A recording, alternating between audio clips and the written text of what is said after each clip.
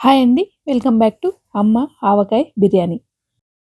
Road side బండి మీద దొరికే చికెన్ పకోడీ ఎవరికి ఇష్టం ఉండదు చెప్పండి?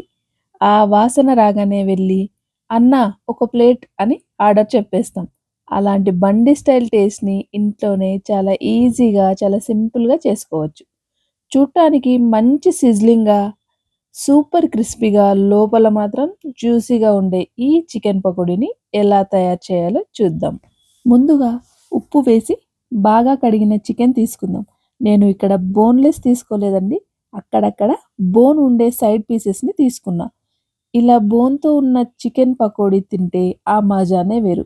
ఒక్కో ముక్కని ఎంజాయ్ చేస్తూ తినొచ్చు. రుచి కూడా చాలా బాగుంటుంది. ఈ చికెన్‌ని ఇప్పుడు మ్యారినేట్ చేసుకుందాం. ముందుగా ఒక టేబుల్ స్పూన్ కారం, హాఫ్ టీ స్పూన్ పసుపు, హాఫ్ టేబుల్ స్పూన్ దాకా ధనియాల పొడి, హాఫ్ టేబుల్ స్పూన్ ఉప్పు, 1/4 table spoon chicken masala, 1 table spoon అల్లం వెల్లుల్లి పేస్ట్, 1 టేబుల్ స్పూన్ నిమ్మరసం. ఇవన్నీ చికెన్‌కి బాగా పట్టేలాగా కలుపుకుందాం. ఇలా కలిపిన చికెన్‌ని కుదిరితే ఓవర్‌నైట్ మ్యారినేట్ చేయండి. అంత టైం లేకపోతే కనీసం ఒక గంటైనా ఉంచండి. ఈ ఒక్క చిన్న టిప్ ఫాలో అయితే చికెన్ లోపల వరకు మసాలా బాగా పట్టి, వేయించిన తర్వాత కూడా డ్రై కాకుండా చాలా జ్యూసీగా ఉంటుంది.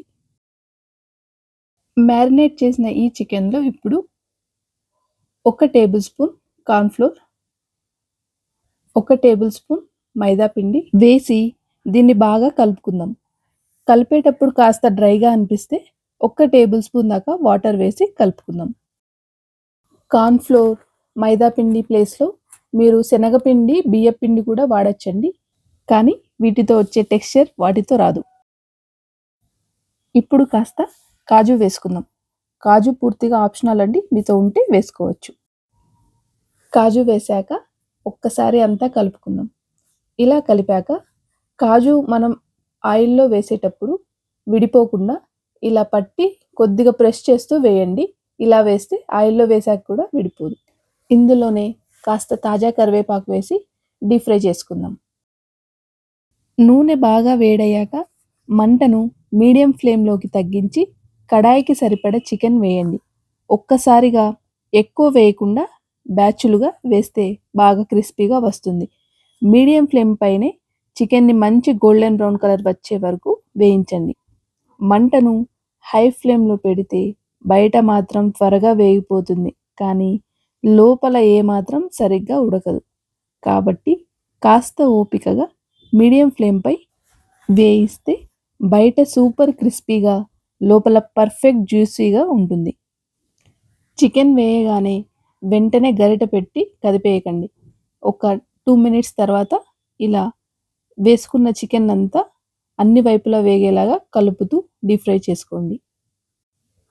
ఒక్క చిన్న టిప్ మాత్రం మిస్ అవ్వకండి.